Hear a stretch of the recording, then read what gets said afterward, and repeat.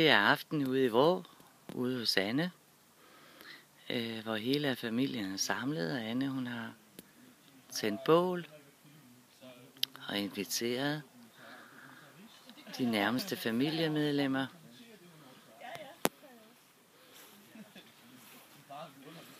Det er et ret fint bål, fordi der ligger sådan en stor, altså ligesom midten af en træstamme på. Vi troede, hun havde stillet det op sådan, og ligesom sat noget udenom, men det havde hun ikke. Hun har simpelthen lagt en hel skive af en træstamme på, og så ligesom ladet det brænde indenfra.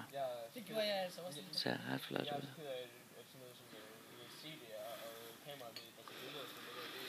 Ja, så står der 2 trillebøger med noget ekstra brænde i, og så har hun ellers sat en masse lys rundt omkring. Det er faktisk ret hyggeligt og ret flot. Men ellers er vi kommet til et tidspunkt, hvor der er meget diskussion. Tager den lige fra den ende af. Så sidder Anne. Rune med bøllehat. Finn med kasket. Og det er Philip, hvis mor jeg engang har arbejdet sammen med.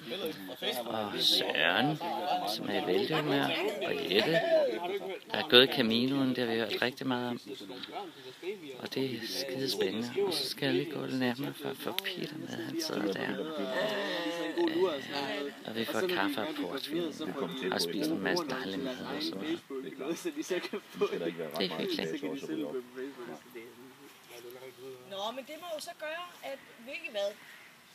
Så jeg har jo alle de kameraer. Du kan godt huske, du sad og kiggede alle mine fars kameraer igennem. Ja. Er der ikke nogen flere af dem, du vil have? Jeg vil fandme også gerne have. For eksempel den der 8, den der 8 mm smalfilm. Jeg ved ikke, om man kan få, men den virker. Du har købt en genbrug, eller så kan du købe sådan en, det kan også købe kassettebånd. Jeg havde jo nemlig ude til garagesalg her i sidste uge. Og der kom der en og stod og kiggede på dem. Jeg havde jo bare åbnet kassen, og så havde jeg foldet et par af dem ud af de her aviser. Og så kom der en kender, som stod og kiggede på dem.